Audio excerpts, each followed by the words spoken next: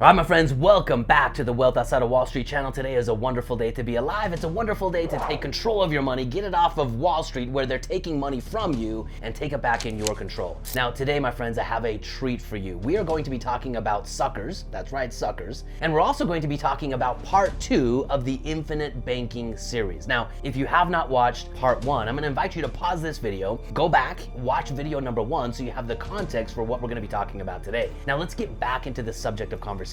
We are talking about the infinite banking concept. Now, this concept has been around for hundreds of years, but it's become relatively popular over the last couple of years as many individuals are looking for safe harbors and safe havens to protect their wealth. One of the biggest reasons that I think cryptocurrency is gaining so much traction is people are just tired of having everyone monitor and track, including the government, where our money goes, how much money we have to pay in taxes, and what we get to have left over. Infinite banking is just that. Infinite banking is a private life insurance contract between you, a private individual, and a private insurance company. Now, before we get into the numbers and the math of how infinite banking works, it's very, very important that we spend some time on how a bank works. It's kind of interesting when you think about infinite banking because it's built on the concept of becoming your own bank, but very few people understand what that actually means. To become your own bank, do you have to open up a store? Do you have to take people's money? Do you have to issue checks and store cash? No. We're going to use the very same model that a bank works. So in this video, we're going to talk about how banks actually work, how they generate their profits, and I want to start this video off by giving you 2 common things that every single bank has in common. Now, I want you to think about the last time you stepped into the local bank in your area. I guarantee you the bank had 2 things in common. Now, I don't know if this is true. I've never opened up my own bank before, but I believe in the charter of opening up a bank, step number 1 is have video cameras. Every single bank has multiple sets of video cameras. Now, you might think that those video cameras are there for security, and maybe that's part of it. But at the end of this video, you're going to see that the video cameras are actually set up for something quite different. In fact, quite diabolical unless you understand what I'm going to be talking about in this video. That's step number 1. Now, step 2. At the end of you putting money in a bank, right, whether you go through the drive-through window or you walk right into the branch, every single bank has what? They have a bowl of suckers. Have you ever noticed that before? Every single bank, they all have a bowl of suckers. And usually, not always, but usually that bowl of suckers, the brand that they're using is called Dum Dums. Now, this might sound like just a coincidence. Of course, every bank has cameras, and of course, every bank has a bowl of suckers because they want to give us a treat at the end of putting our money into the bank. So let's dive right in. Let's talk about how a bank functions. Now, this is a little bit confusing because we're used to being the consumers of a bank. We're used to putting our money in a bank, we're used to paying our bills out of a bank, and we're used to taking money out of a bank via the form of loans. But ask yourself this, if you were to open up a bank, just like you were to open up maybe a lemonade stand, well, in a lemonade stand, it's really easy. You're going to buy the goods, the materials, you're going to make the lemonade, you're going to stand there on the corner, and you're going to sell a glass of lemonade. But a bank, they're in the business of actually selling money.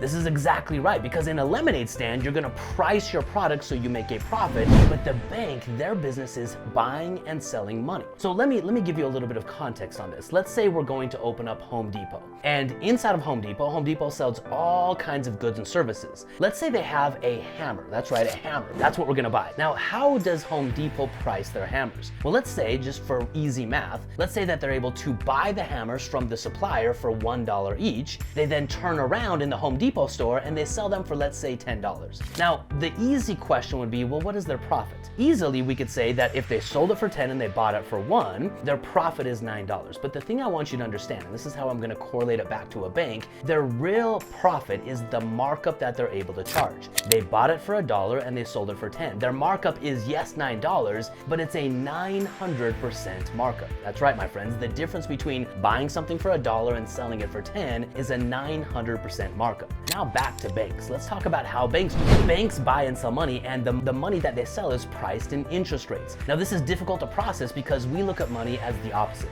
We use money to buy and sell other things, but interest rates are the cost for a bank to buy money and to sell money. They obtain money, without going into too much detail on this, they obtain money from the Federal Reserve at one interest rate, and they turn around and they sell it to us at another interest rate. So let's get to now the charter of a bank. A bank has 3 steps that they need to accomplish. These are the exact same steps that you're going to utilize in setting up your infinite banking life insurance policy. So step number 1, they need to capitalize the bank. The bank has to have a way for you to want to inject money into their system and use their system, putting money in, having deposits, and then borrowing money from that system. So step number 2, what if you went to the bank today and let's say you have $10,000. You were keeping it in your safe at home, but you've taken it out of the safe. You don't want it to get stolen or robbed or anything like that, and you think it's gonna be safer in the bank, right? So you take your $10,000 in cash and you hand it to the teller at the bank. What does that teller at the bank do with your money? Do they get out a little post-it note and say, hey, this is Ryan's money, $10,000, let's put it back in the safe, and when he comes back to get it in 3 months, in 6 months, in 2 years, the money's gonna be safe and secure for him? Do they do that, or do they do something else? Now, step number 2 is they use leverage. Now let's talk about the leverage that a bank is using. Just like in the hammer situation, we want to price this leverage via markups. So back in the day, in 2020s, interest rates were virtually nothing. There was no interest being paid at a bank, but today, right, today with interest rates coming back up in 2024, you might be able to earn a 2, 3, 4, maybe even a 5% interest rate. So let's say the bank, to incentivize you to put money in their bank, is willing to pay you 3%.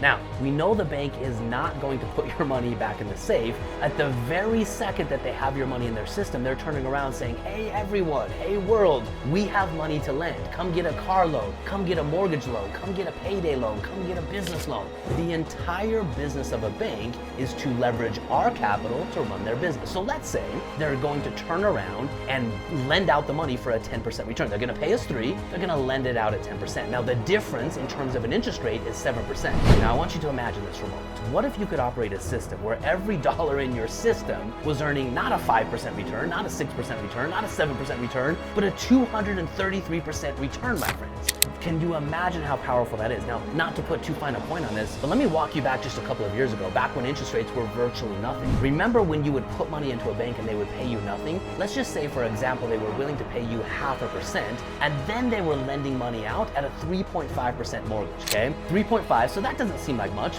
0.5%, 3.5. On the surface, that looks like a simple 3% spread, but the markup is 6,900%. The difference of going from 0.5% to 3.5% is a 6,900% increase. So my friends, as we come back to the 3 steps of a banking system, step number 1, capitalize. Step number 2, leverage our capital. And step number 3 is velocity. Banks never want to sit on more money than they have to. In fact, banks are regulated in how much money they have to keep on hand, but outside of that regulation, they try to leverage as much as they possibly can. This is probably why banks have cameras, right? The people who understand how banks work, they're sitting back behind the office and they're probably laughing at us, right? We're putting our money into their system and they know they're using it to double, triple, quadruple, 233% rate of return on our money. So they're watching us do it, they're laughing at us in the back, and then to reward us for our stupidity, they're giving us a sucker. And that sucker is appropriately titled a dum-dum. My friends, I don't know if this is true. Like I said, I've never operated a physical bank, but why do every bank that you've ever stepped into have cameras and dum-dum suckers in unison? It's because the banking system is the most powerful financial system in all of existence. Now, you're not going to open up a banking system in the sense of you're gonna have a bank and you're gonna take other people's money, but with IBC, the infinite banking concept, you have the opportunity to use the only financial product available outside of owning your own bank to become a bank and operate a banking type system that is overfunded, high cash value life insurance. If this is done right, my friends, you get to play a game with money that only banks can play. You now get to step into that world. Now, I want you to ask yourself this. Banks promote themselves as the safe place to keep your money. In fact, you probably have a high degree of confidence that if you put $10,000 in a bank today, you can probably go back 1 year from now, 2 years from now, and get that same $10,000. And maybe during that course of time, you've earned a little bit of interest. So we all have a relatively high degree of confidence that our money is there. Now, we all kind of know behind the scenes, if we all went back to the bank at the very same time and all of us asked for our money back, it's all not there. Banks turn around and they lend out more than they actually have have on deposit. But to close out this video, I want you to ask yourself a question. Where do you think banks store their own reserves? If a bank is the best place to keep your money, do you think banks put their own reserves, the amount of money that they're mandated by the government to have on hand? Do you think they put that in the bank safe and earn a bank rate interest rate? It's actually not the case. Banks have a standing order to buy as much high cash value life insurance as they're legally allowed to do. This is called bank-owned life insurance. Infinite banking is one of the most powerful strategies to build your wealth when you understand how a bank operates and you apply that same operating system to your money and to your wealth. Join me on the next video where I'm going to go in a deep dive case study and show you how policies are designed, how you can use a policy as a bank, and how you can, as I mentioned earlier, double your real estate returns with every transaction you make.